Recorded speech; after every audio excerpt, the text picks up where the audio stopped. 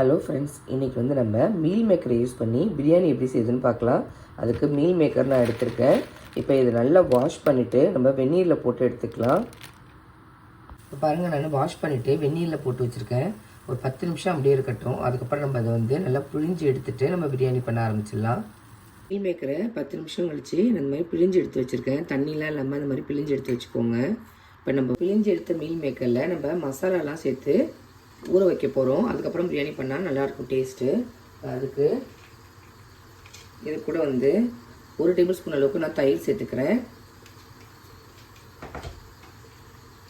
அதுக்கப்புறமா இது கூட 2 டேபிள் ஸ்பூன் அளவுக்கு குழம்பு மிளகாய் தூள், கொஞ்சமாக மஞ்சள் தூள், அதுக்கப்புறம் கரம் மசாலா வந்து 1/2 ஸ்பூன் அளவுக்கு எடுத்துருக்கேன்.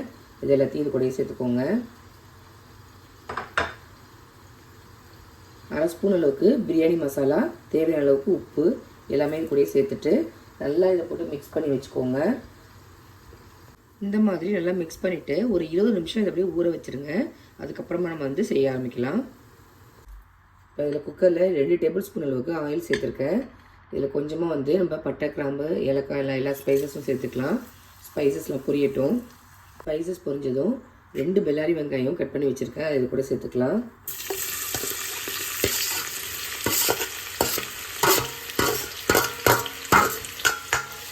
சேர்த்துட்டு நல்லா வதக்கி விட்டுக்கோங்க.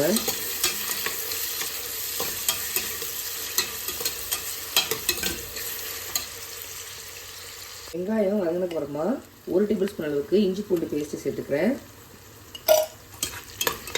சேர்த்து நல்லா வதக்கிக்கோங்க.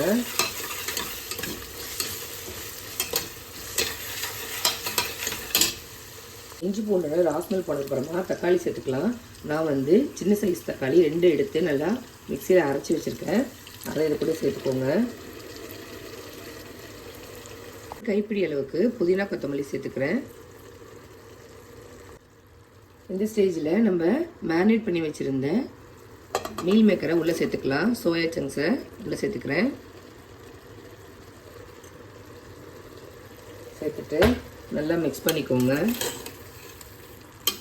எல்லா மசாலாவும் நம்ம இதில் சேர்த்துட்டோம். அதனால் வேறு எதுவும் மசாலா நம்மளுக்கு சேர்க்க தேவையில்லை.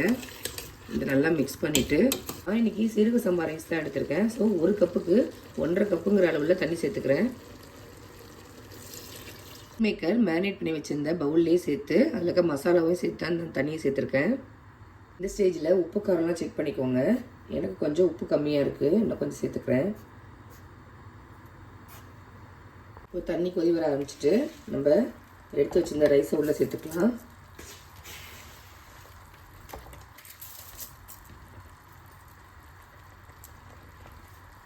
இதை க்ளோஸ் பண்ணி வச்சிடலாம், வேகட்டும்.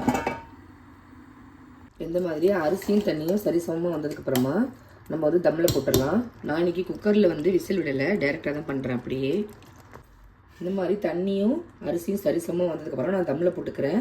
நான் இன்றைக்கி குக்கரில் வந்து விசில் வச்சு செய்யலை. நீங்கள் விசில் விட்டு செய்கிறதா இருந்தால் தண்ணி கொதி வந்தோடனே மூடி போட்டு ஒரு விசில் ஹை ஃப்ளேம்லேயும் ஒரு விசில் லோ ஃப்ளேம்லேயும் வச்சுக்கோங்க. கரெக்டாக இருக்கும். இப்போ இதை வந்து நான் க்ளோஸ் பண்ணி வச்சிடுறேன். 20 நிமிஷம் கழித்து பார்க்கலாம். ஒரு 20 மினிட்ஸ் ஆகிடுச்சு. நம்ம பிரியாணி ஓப்பன் பண்ணி பார்த்துடலாம். பாருங்கள் எவ்வளோ சூப்பராக ரெடியாக இருக்குது அப்படின்னு. நல்லா உதிரியாக ரொம்பவே சூப்பராக ரெடியாக இருக்குது. அவ்வளோதான். இது சிக்கன் பிரியாணி மாதிரியே டேஸ்ட்டு சூப்பராக இருக்கும். நீங்களும் இதே மாதிரி உங்கள் வீட்டில் செஞ்சு பாருங்கள். எப்படி இருக்குது அப்படிங்கிறத கமெண்ட் பண்ணுங்கள். நான் போகிற ரெசிபீஸ்லாம் உங்களுக்கு பிடிச்சிருந்தா நம்ம சேனலை லைக், ஷேர் அண்டு சப்ஸ்கிரைப் பண்ண மறக்காதீங்க. தேங்க்யூ.